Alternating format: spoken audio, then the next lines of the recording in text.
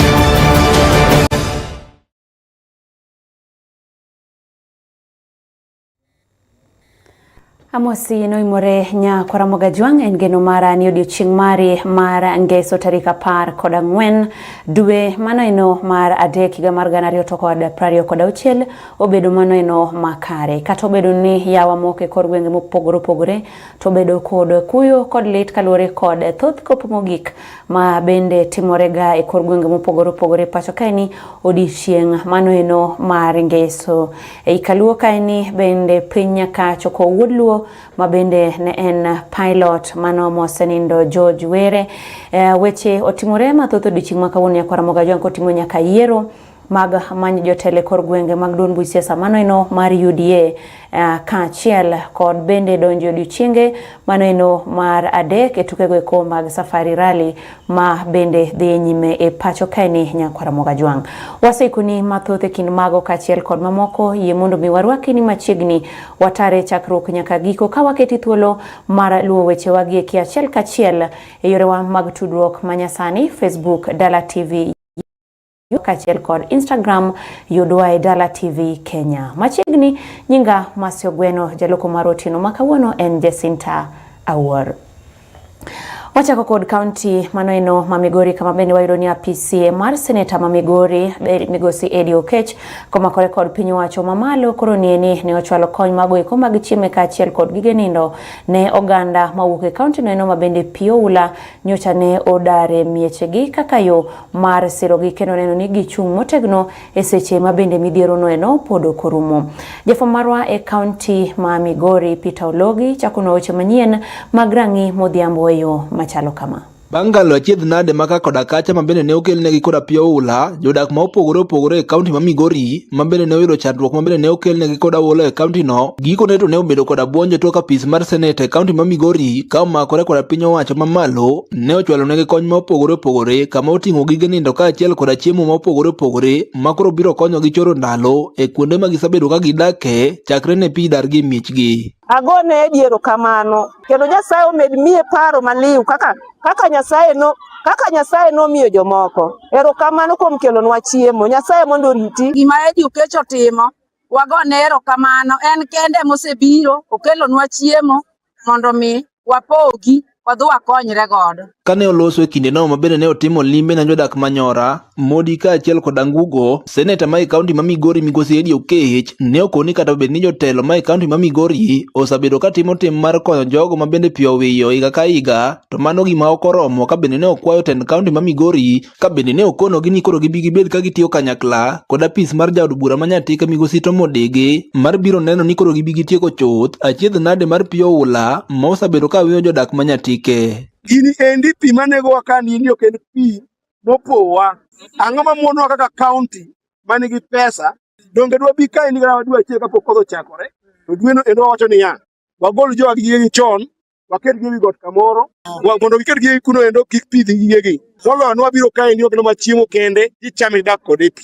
Gigi kite wanyalo konyo wakao ngima jowa mwadewo gi matin. Seneta Eddie Oketch bende ne odhi mbele kod aseyo governors ma pacho kae mawuok e gwengego ma pi osabedo ka wiyo ka bende ne okonogi ni girem tiyo kod omenda go mag deal kod masira go ma osabedo ka wuok apoya ka bende koro ne okonogi ni gimany kaka ginyalo tiyo kod omenda go mar geng'o masira go ma apoya ma osabedo ka timore pacho kae kendo mago ma osabedo ka kelo hinyruok ne oganda jo Kenya. Ncho bedo piny mo wacho niya, wamiyo governors chik ni sama emergency biro kama kapok otimore, kaw pesa between 40 million to 240 million.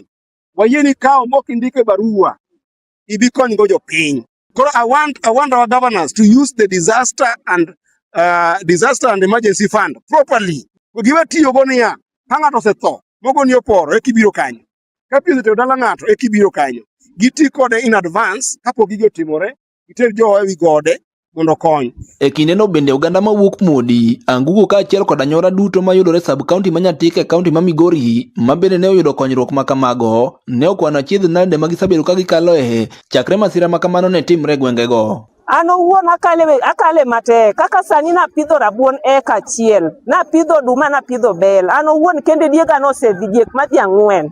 An owuon kende kaka nyalo dakone komodi oda oleng'ore, nyithindo be an go ok dhi skul. An gi nyithindo ma dhi skul kabuto to ok nyal dhi. Gwen odhi, nyaka chia e diek odhi, dhok odhi, udi ogore piny kama wadagie bende onge. Ne giko ni chakre pio ula no ne dargi ka wuok e miechegi kata mana dakteche ok osabedo ka chopo e osiptal ma opogore e gwengego ka bende koro ne gikwayo tend migawo mar thieth e kaunti ma Migori ka otelnegi koda gavana Ochilo Ayako mondo koro bi otim manyalore mar neno ni koro gibi giketo lakteche manyalo chopo kuondego ma jogo ma bende ne odar koda pi ka wuok e miechgi osabedo ka yude jot kaka yorno mar neno ni koro gibi gitimo manyalore mar geng'o tuoche ma opogore manyalo muche kuondego ma bende gisabedo ka giyude jot. Dakteche nyoringo lawe osiptal maka kaka wayudo yath onge maka ng'ato tuo kitero mana e chemist nyaka sani. Koro wakwayo gavana wa kumoro ma entiere okelnwa kata mana osiptal mar mobile nikech sani mondo ing'iew yath idhi e chemistry to chemistry no samoro yath bende pesa bionge go ing'ama pio daro ok yud go yo mar yudo yath. Kama ingewezekana mtuletee hospitali mobile, tunaweza tukaenda tunapelekwa pale tunatibiwa tunarudi. Wan nyaka tuo mar malaria negowa kata yath onge. Bende ne gikawo thuolono mar chiwo puoch koda pak ne timno mang'won ma bende ne otimnegi koda seneta ma e kaunti ma Migori Migosi Eddie Oketch ka bende ne gikawo thuolono mar kwayo jotelo mamoko mawuok e kaunti ma Migori mondo koro gibi gine ni gin bende gibi gichwalo lwetgi mar kony ne jogo ma osabedo ka yudo achiedh nade ma okelnegi koda pio ula ma osabedo ka ogoyo tach e kaunti ma Migori. Peter Ologi, Dala TV, Migori. Erokamano ahinya Peter Ologi. Wakwayo kata bende wageno ni jotelo mamoko bende biro somo paro kata kopo picha maber mar apisi mar Senator Eddie Oketch. Ka pod wan Migori kono eno nyakwar Mogajwang to eni jodak magoma Makalda Kanyarwanda Makalda Kanyarwanda ward notimo ng'anyo ka gidwaro mondo mi obila makono timnegi transfer ni mar rochruok mar arita makuro eno osebedo mano ma ohidhe okang' mamalo kendo bende gimoro amora ma obila godo timo mar keto ngima jopiny kare pod ok otimore yono eno ma owinjore ahinya to maeni en kalore kod nek mag oganda ma bende osebedo ka ineno e gwenge makono eno. Nyaka gikileni e kindeni eni ji makwan gi romo adek osenegi kod magina ka gimomiyo inegogi bende pod ok oyangore malong'o na jopiny makono. Nyore ko sute nyamera ka eri ko ai business ne. Sariyo pokoromo. Ose sute ka achiel gi chuore. Poko tieko dwe kata dweche ariyo. Ochako sute ng'ama chielo. Ka jopiny oneno lit ma jopiny owuok mondo giyud ratichgi. Ochako negi ji. Matiende ni wan e Kenya mane. Polise mano kel nyatige ka gin girito sites mag mining. Ogirit jopiny. Mar ang'wen mogik ne wakwayo telo mamalo mar gavana Ochilo gi teko ma en godo. Olwilnwa jogo miwa kata moko bio konywa nikech gisebudho ogikonywa. Kamigo ya jawa mimiele. Omielo moteng' wiye. Moting' bade malo. Ngima wantie kinda kuru ga sumbi. Nikech kata sani mawuoyo maluongo nyinge gini ang' ne akwayo. Akwa national. Chakre national. Chakre be wasekwande. DC. Dio. OCS. OCPD. Omi transfer. Ode. Kawan gi mirima. Okwanyal sayo sirkal mondo ritwa chulo suru. Okwanyal chulo suru mondo negwa. Ka polisi gi ok nyal wuok nyateke wanya ritore kendwa. Ritore gima giritowa. Ginegowa instead of ritowa. Jogi ne timo peaceful maandamano nikech jogi pok ogole nyateke ka nyaka ne gi record. To dang' bed nade ni nyithindo mar under 20 years inego. Ka nyako mokwongo nogo bunde kae. Polisi gi wacho ni timo investigation nyaka sani pok waneno kata statement ne pok okaw. Ochako go ng'ato nyoro. To ji kwanya daraja ka pile. Nyateke pok nobedo gi insecurity. Why is the first time ever since we started living in this place? Pok nwaneno such insecurity. Gima wawacho ni sirkal ogol polise man ka okel polise moko. Nikech ok wanyal tiyo tich to onge gima watimo ne polise. Nitie jopiny mawele inyateke ka. Jopiny mawele ni inyateke ka mwakia kumoae. Ok wan gi richo ka ng'ato wende e gweng'wa ka obiro timo ohala. Wadwa ng'eyo ng'ato ka ng'ato modak e inyateke ka otimo ohala mane? Ng'ama ong'eye, ng'ama ka gimoro timore to waringo ire. Ka nitie nyithindwa ma jowaundu, wadhi bedo piny, wadhi bedo gi security meeting, wadhi ndiko nying achich te mondo wafad ne sirkal. Mago kanyo jopiny mabende igi ne owang' iwacho ni sama iwinjo ka pek oromi to seche moko nyalo chuno mar mondo mi koro ni imany yo mar nyiso ichwang' mari to kinde duto japiny nyiso ichwang' mare kokalo kuom yono eno marang'anya kwa Ramogi Jwang'. Wachno kelo wa penjo mwapenji godo tino makawuono weche magarita kwe ineno ka chalo nade e gweng' kama intiere weche magarita kwe chalo nade e gweng' kama intiere mi wapachi e lai maro mar tudruok mano mar Facebook Dala TV wabro somo pachi kapod wadhi nyime ka wadhi nyime kod weche mamoko nyakwa Ramogi Jwang' to ni jagoro mongirore migao mar somo Laktar Raymond Omolo oyango ni oganda jo Kenya biro duok kendo kata biro duok e telo mar ariyo jatend piny Kenya Laktar William Ruto mano eno kaluwore kod chenro mag eko mag dongruok ma bende osechwalo ne oganda jo Kenya. Jatelo mane loso sach kopo mogik mar mane en jariemb ndege mosenindo George Were ma bende nolalo ngimane masira mano mar ndege en kachiel kod jaod bura kata mane en jaod bura ma Emruadi Ker Joanna Ngeno kod oganda jo Kenya mamoko ne oyango ni jatend piny Kenya piny owacho mare osechwalo chenro mag dongruok ne oganda jo Kenya maonge akwede mora mora. Ka olose gwenge ko manyakach bende no yango ni piny owacho oseketo kenge makare mar neno ni kuo mag jamni kachiel kod tulo ma bende ne bete gwenge masondu kamokiwe kod kaunti neno makericho bende koro sani oganda nyalo dakie kod kwe. Ne yango ni magi gin yore gweko kata weche gweko ma bende biro miyo oganda jo Kenya obed kod yot mar miyo lwedo kendo nyadiriyo jatend piny Kenya mar mondo ne obedo jatelo e telo mar ariyo. That this is one of the areas that we've had trouble for a very long time. A lot of cattle rustling, a lot of lost lives, property being burnt down. And I must commend the leadership, starting with the MP for Nyakach, the MCAs, the Senator for Kericho, both the two counties, Kericho and Kisumu, that you have made our work easy as those who are in the security sector. That after several challenges and after having numerous meetings and engagements, we have seen calm in this part of the country. And I want to plead with you as the leaders and as the people here that let's sustain and maintain that calmness and peace between the two communities in Kericho and Kisumu County. And because we will be going into the electioneering period, and just as like Honorable Martha Karua has indicated, I want to also appeal and plead with the young people that let's not allow any politician, any leader, irrespective of their political persuasion, to use the young people as those who are going to cause chaos, those who are going to destroy property, those who are going to kill and maim one another. Because the president has been very clear from day one that under his watch,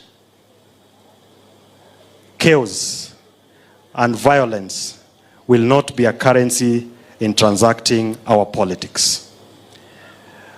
And we have experienced a lot of calmness across the country. We still have isolated incidences. And I would want to appeal to the public not to take the law into their hands. Yesterday, we had a very unfortunate event in Migori County. And we have had interactions with our security officers, and the instructions are very clear. Ka wadok Migori Nyakwaramoga Jong toyudo ni mane en gavana ma kaunti ma Migori Migosi Zakaria Okoth Obado. Koro kwayo piny owacho mondo mi oketie chenro makare ma bende biro neno ni okelo yot ne jo kuny mula kata oganda mantiere sekta no eno mar mula mar neno ni gibedo kod lwasi makare mar timo ohala makamano. Obado ne okwayo jotelo mawuok e kuonde ma ikunyo e mula e pacho kaeni mondo mi orang kendo chike go matayo kunyo mag mula moko ni chike go mantiere kendo matiyo gi sani gin mana mago eko ma hinyo ngima jokuny mula. Ne okoten migawo mar mwandu mag lo mondo mi oket SACCOs ne jokuny mula mago eko matindo kamano bende ginyalo tiyo godo e goyo gi jek kod masinde go eko mag kunyo mag mula tok ni jokuny mula matindo pod ok nyal ng'iewo gigegi giwegi. Obado ne lose kinde ma ywaruok osebedo ka mienjo e kar kunyo mula no manyatike kama bende osebedo kod sironyo mar keto kambi mano mar luoko mula ka bende osebedo kata obedo ni osebedo ka ipingo kod moko kuom jotelo mawuok e kaunti no eno ma Migori. Ne okoni par mar keto kambi no eno mageto mar konyo rowere en mano mar geto kata geto mar konyo rowere e kaunti no eno yore no mag tich kata obedo ni kiparo ni odu ka oganda moko to paro ni odwa mana mayo jodak mama kalda lopgi. Okwayo ni kabeto jotelo oningo rang yore go mag jiwo oganda yore go mag yuto to kiyeyo siasa e weche duto te magweko mag dongruok. My appeal to the government is to ensure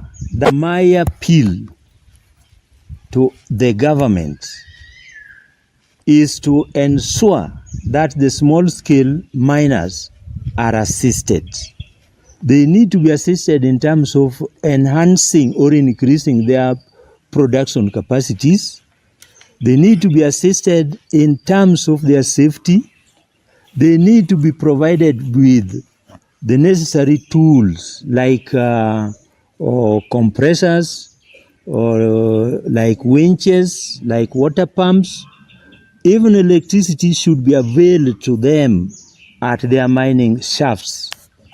So as it is, the Mining Act, more so the one dealing with artisanal miners, is outdated. According to me, it is outdated because if you read that one, it defines an artisanal miner as that guy who is expected to use chisel and hammer.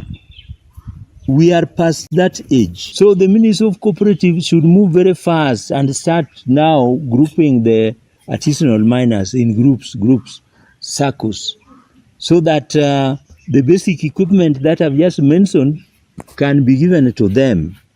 And in terms of marketing, it will also now be easier for the artisanal miners to get good prices for their products.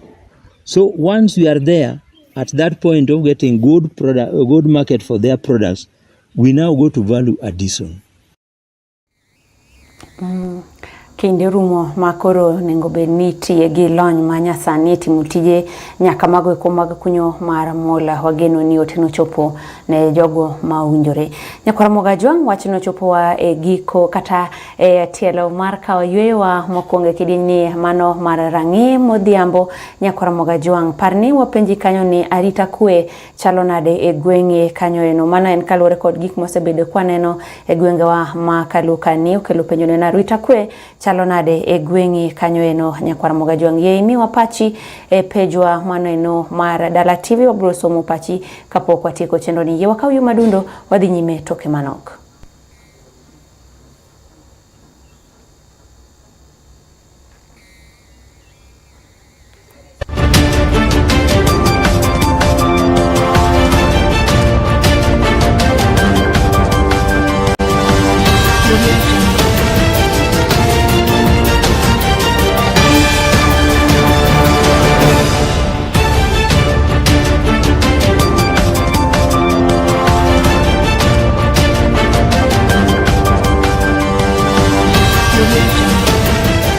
Idhi puodho deche ok tuo, puodho bende ok riambi. E chenro mar pur kod pith, wabiro kelo ni sigendni mag nend jopur, puonj mag pur kod pith, kaachiel gi somo rieko e yore ma wanyalo nyonogo kech oko e kindwa. Tudri gi Lenza Ochieng, wuok tich ka wuok tich, chakre saa 2 otieno, mana e Dala TV.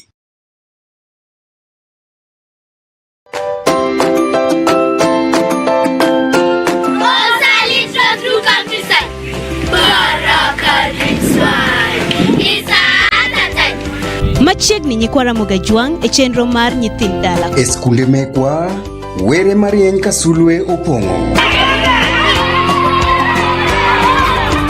Lek mag ngima makiny miyo nyithindwa bedo gi mbola kod mor. Kochakore e tuke nyaka e puonjruok mogundho. Masiko e chuny nyithindo. Karieny, mor kod olalo mar nyisruok gi gerruok ne nyithindwa. Nyithind Ne wang' jowi mari ne chenro mar nyithind dala. Ngeso ka ngeso, saa 3 nyaka 4 okinyi, kitai gi Kalin Okumu. Mana e Dala TV.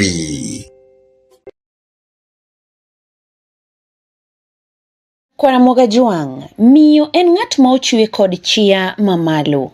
Piny ochiewo kendo sani miyo wuok oko ka kedo e weche mag dongruok ka otayo kendo ojiwo weche somo, gerruok, dak, siasa kod yor ngima maber e kidienje modhuro.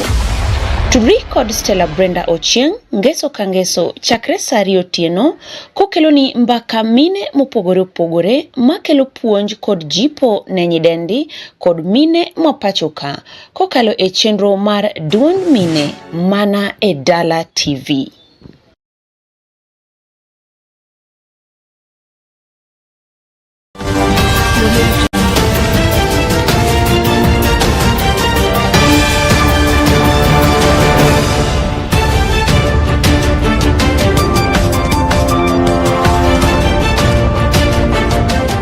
Machiegni kendo Nyakwara Mogajwang wadhi nyime yono ino makare ka wadhi nyime to ni jatend migao mochung' ne weche mag omenda e pacho kaeni migosi John Mbadi odokne paro mar chik mar omenda mageto bero chenro mag dongruok e pacho kaeni mano eno mong'ere kaka National Infrastructure Fund. Mbadi oyango ni chenro makamana eno biro konyo piny Kenya kendo biro duoko chien weche go mag kawo hola kowuok e pinje maoko kendo bende biro neno ni chenro mag dongruok achiel kachiel ochopone oganda e pacho kaendi.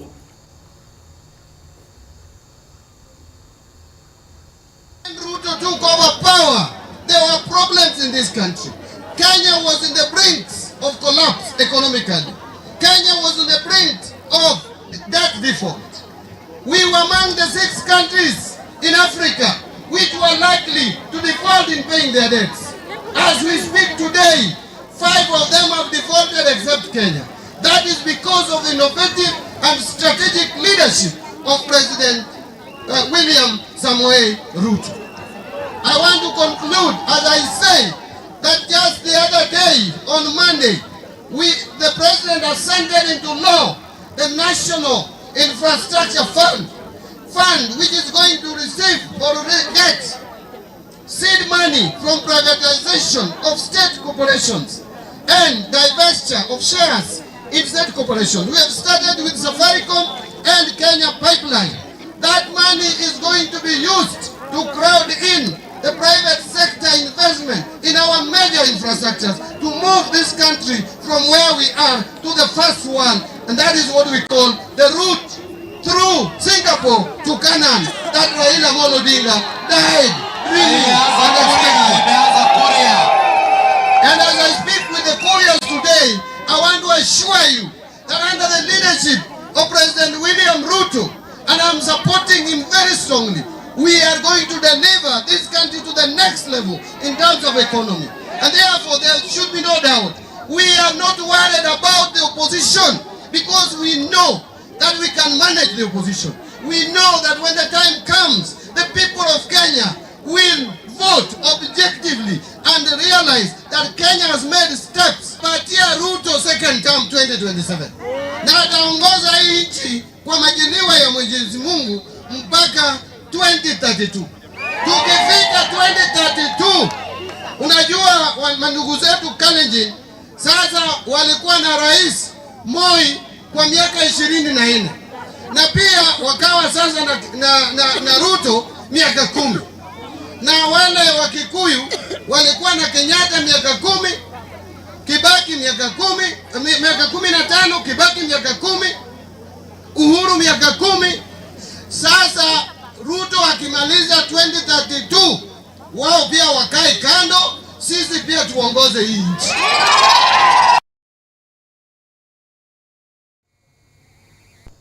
Ka wasudo nyimenya Karamoga Jongteni jokanyo no riwruok mano mar jopuonj mar Kuppet koro ni okwedo lokruoge moko maduol mochung' ndiko jopuonj tich e pacho kae ni mar Teacher Service Commission obiro godo mar tamo jopuonj mondo mi kik bitiegre kendo mar bedo kod lony e tayo somo e lai manyien maneno mar CBE kata obedo ni duono eno to motelo ne oseyiere kod chenro makamano eno. Kotelegi kod jakom mar Kuppet bade ma Homa Bay migosi Peter Otieno gisayo TSC kuom lokore kendo siko kod lokruoge mamoko manyien kata obedo ni jopuonj to ne osedagi kod lokruoge go eko. Jopuonj go eko wacho ni paro mar TSC dwaro mar mondo mi jopuonj koro bioti kod pesa magigolo ofukegi e medo tiegore mondo mi gibed kod lony mar tiego jopuonjre lai mar CBE en mano eno mok gibiyiego kata matin kendo bende gimedo ywago midhierni mamoko magikalo e ahinya to wechego mag thieth ma bende gibedo godo kod pek ahinya kowuok e kumba manyien mar thieth mano eno mar SHA. The number of hospitals that we have in this county are not enough. You cannot tell us that just 3 private hospitals are able to serve more than 5,200 teachers in this county and their dependents. I think that is one thing that we are going to take very seriously and we are going to follow it up. Actually, early this week, we had requested for a meeting with the SHA representative in Homa Bay, but the person has been cagey and does not want to commit to a meeting. It is on record that TSC is sneaking back the teacher professional development course cleverly by sponsoring a bill to introduce the Institute of Teacher Professional Development. That is just TPD sugar-coated. Nobody is going to take teachers back to class against their wish. And should that come to pass, we are going to rally the teachers of Homa Bay to reject it, unless TSC is going to take care of the cost of that program. I want to assure our colleagues in the JS section that we support fully the call for autonomy. Kamachielo to ne jagoro maduong' mar riwruok makedo ne ratiro mag jotich pacho kae ni Kotu Migosi Francis Atwoli oyier kendo nyalodiye tielo mano mar auchiel kaka jagoro mar Nmodhiambo.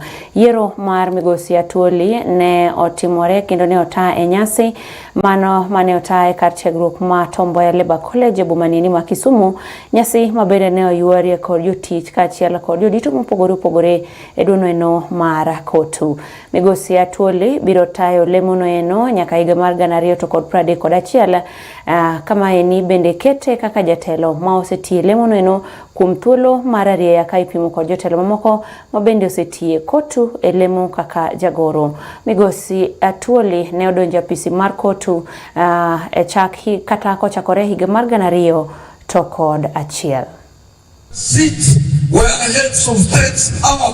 I want to be a great leader of yours because I can sit where ministers are and I can dictate them. And if you have no one, you can dictate no one. Please. It is trade unions who advocate for social justice. It is trade unions who confront every attempt to exploit working people. Let us continue to build stronger bonds among African unions. Let us strengthen solidarity across the border, and let us move together in the spirit of unity and justice for all.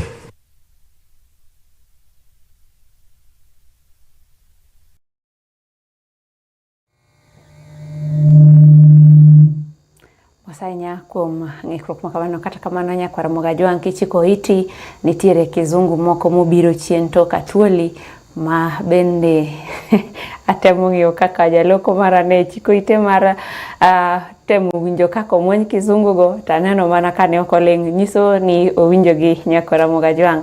Kanyo nochopo e giko mar mi weche manyien mag eko mag rang'i modhiambo kokalo e Dala TV. Kete ka kendo nyakwar Mogajwang' koromo saa 3 motieno waduogo kendo mar biro mi weche mamoko manyien e yono eno mar adimba kaka gidhi molonwa e meso mar kawo weche manyien ka kidieny mar saa 3 obiro duogo ni kod moriyo e dala. Med kete Dala TV nikech no mabiro tok maeni bende oiki ne in kaka janeno. Riti masani nyinga Mercie Ogweno, jaloko mara ne en Jacinta Awuor.